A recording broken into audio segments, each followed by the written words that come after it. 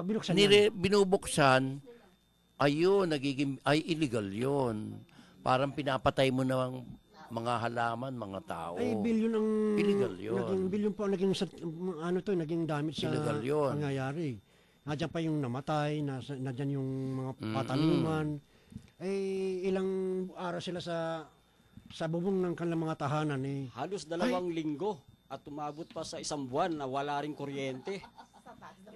Mga kawawa nating kababayan sa lalawigan ng Bulacan. Wala. Lugar sa Kalumpit at Taguna. Hindi kaya nangyari. Ay, oo. Hindi ba, itinapat sa bagyong si Kiel at saka si... Ano po ang usad niya? Ano po ang usad niya ng Kaya kaso pala na yan? nagkagano na. Yan nga, Kapidil. Hanggang bubong. Aalamin pa rin natin kay Governor Alvarado kung ano na yung development ng gagawin niyang pagsusumbong kay Pangulong Pinoy. Hindi lang natin siya na-tsempuhan na makapanayam. Pati congressional investigation, magkakaroon ng eleksyon ito, pagkakataon na ito ng isang... At sino ang ipakukulong? Ng isang kandidato dyan. Correct. At sana malaman natin yan. Malaman natin both side kung ano kanilang mga reaksyon kaugnay dito sa ating pabor po ito kay Governor Alvarado ito nangyari ito. Pagkat gagampanan po niya ang pagtatanggol sa nangyaring aksidente na yan, ay ikikira sa kanyang magandang ginawa para sa kababayan niya. Siya po ngayon magkakamal ng papuri. Papuri, oo. Sa kanya po ito. So, baka may tanong ako na yun din ang suspecha dito sa pagbaha ng Marikina, Cainta at iba pa. Kay bayan naman po yun. Diyan ba sa lugar na yan? Kalumpit? Ano mga lugar Agunoy, na Agunoy? Palit. Meron bang ilan dyan na proposed business district na kapag ka natakot mo tao, napaalis mo, magtatayo ng mga negosyo. Yun yung mga sasabi propose. Hindi, kasi taniman. Wala naman dyan. Taniman tuloy nila eh. Sa ngayon po, yung na mga nabanggit na para bayan umalis ang tao ng kusa, matakot. Naging catch basin ng tubig baha. Pero nung mga panahon, even nung Undol, ay hindi binaha yung mga lugar na yun. Ay, yun ang kapagtataka tol eh. Dahil, una, bakit itong mahina lamang yung ulan-ulan na ito? Ay, Oo, hindi Pedring at saka Kiel. Ay, biglang pati bahay inaglubugan na. Ay, Dati hindi naman umaabot. Samantala yung Undoy, na kung saan yun, malakas talaga yun. Napakarami ang nasa lanta, ay hindi po nagkaganyan itong Bulacan.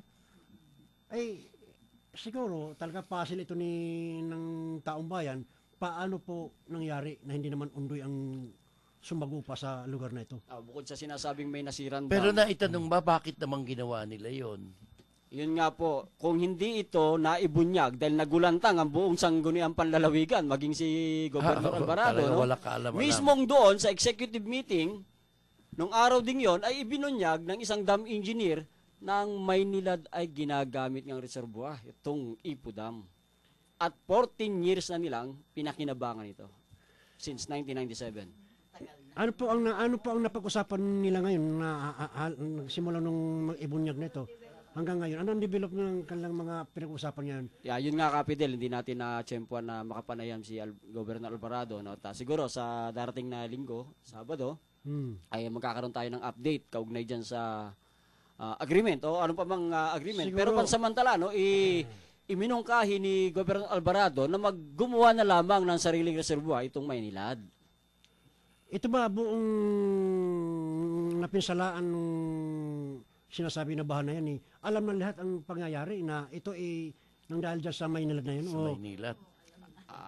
Siguro, dahil sa nangyaring yan, pagkakabunyag na yan, ay magkakaroon na ng idea ang buong mamamayan ng Bulacan. At, wala ka napapansin kung anong reaksyon ng mga tao yan ngayon? Siyempre, galit ang reaksyon ng tao dyan. Doon sa Maynilad? Hindi lang siguro sa Maynilad, kundi yung ibang tao nasa likod ng paglihim niyan. Ay, alam niyo, 14 years na nailihim na ginagamit pala na eksklusibo ng Maynila dito.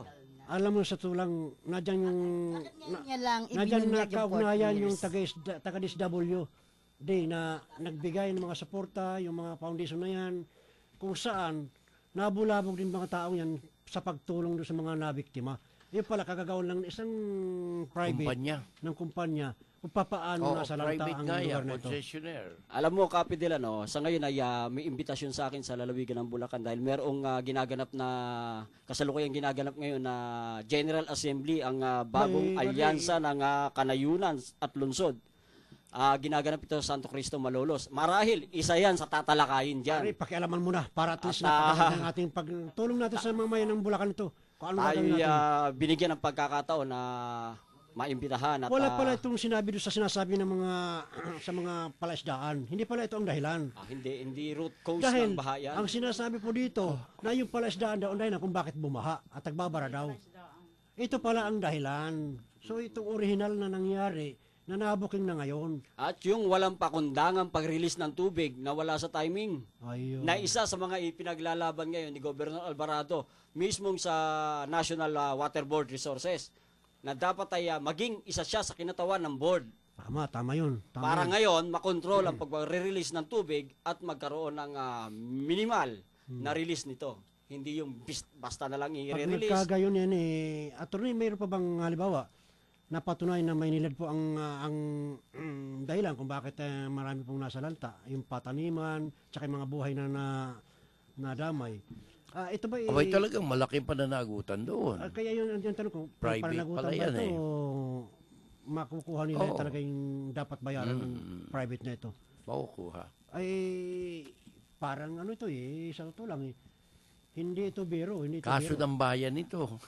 Oo. Kasi ilang munisipyo. Kasi dapat pati mayor ngayon. Okay, yung oras po natin na 33 minutes bago mag alas 2 ang ating programang Boss ng Pinoy OFW, mag-radio station muna tayo para magpatuloy natin.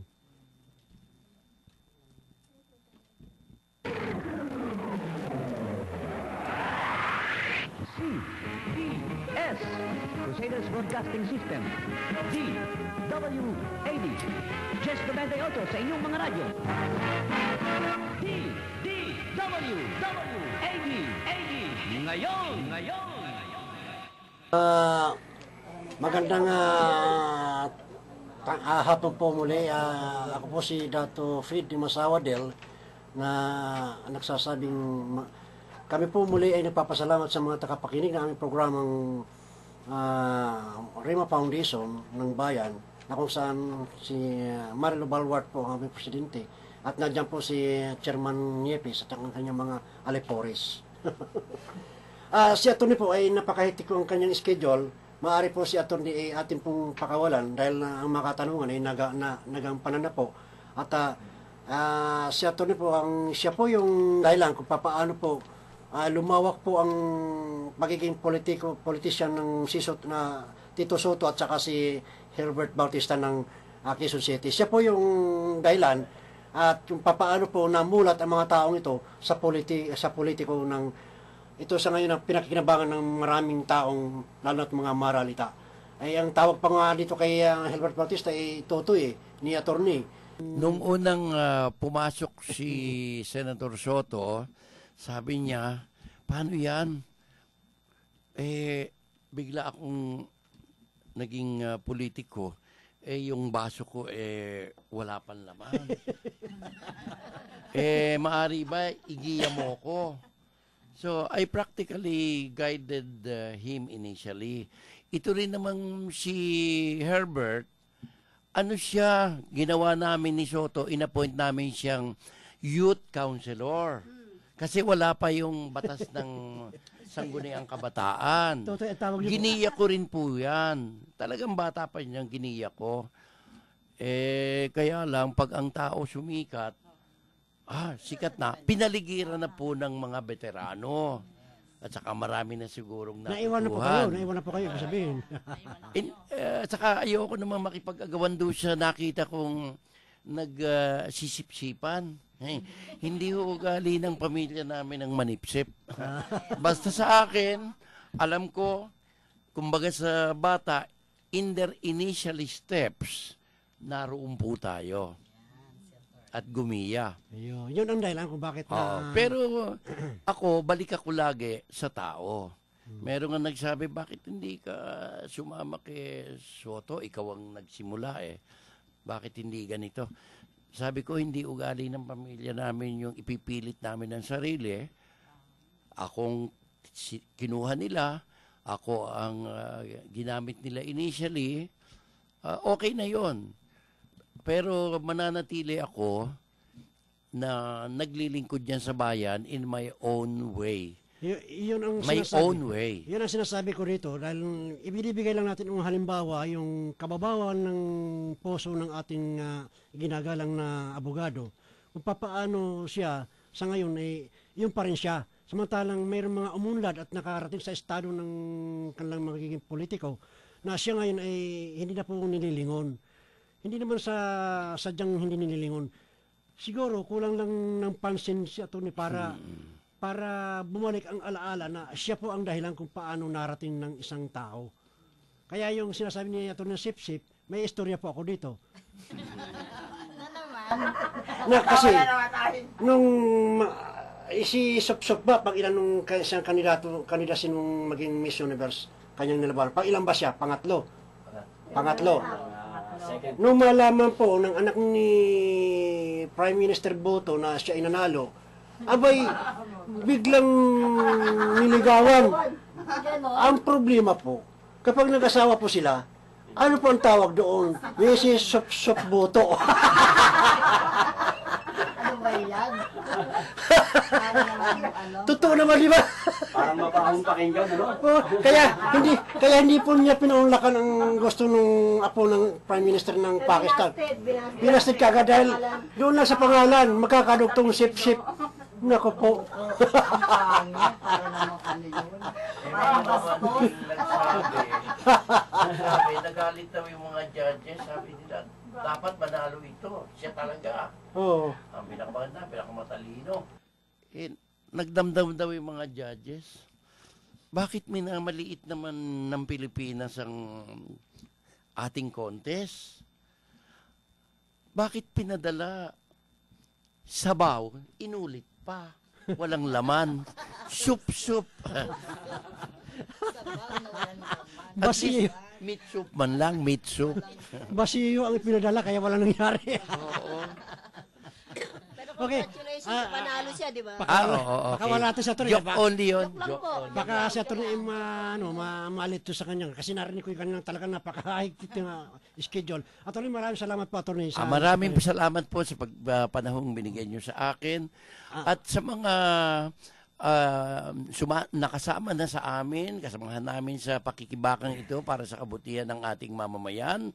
At doon sa mga sasama pa, tandaan nyo, kung masamang tao kami, hindi kami magsasakripisyo, na itong napakalaking lupang ito, na ubrang maging bilyonaryo si Madam at kaming mga opisyal maging bilyonaryo, bakit hindi na lang ibinigay namin sa mga negosyante?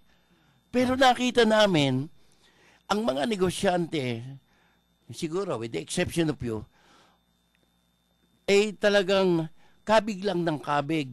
Greed. Kaya nga sa ibang bansa ngayon, merong rally ng corporate greed, the people's need versus corporate greed. Ayun. Yung movement na Occupy the Wall Street. Kasi yung mga investor, kilala, doon nag-i-invest sa Wall Street. Ayun. Tingnan nyo, hindi nyo ba na-appreciate yun? Yung lawak ng lupang yan, di dapat, magpayaman na lang kami. Tama. Ni Madam. Tama. At magbiyahe, makakasama ng mga hari, reyna, at saka emperador, emperatrice. Pero dahil namatay ang ama niya dyan, pinatay ang ama niya dyan, dahil sa mga lupaing yan, isang magandang alaala na ang ikinamatay ng kanyang ama sa malawak na lupa ay makapagsilbi sa ating bayan. Ayun. Isipin nyo lang po, yung iba maliit lamang ang lupa, ang gusto, magkamal na magkamal. Ito ang lawak po nitong lupang ito, pati na po kayong mga judges.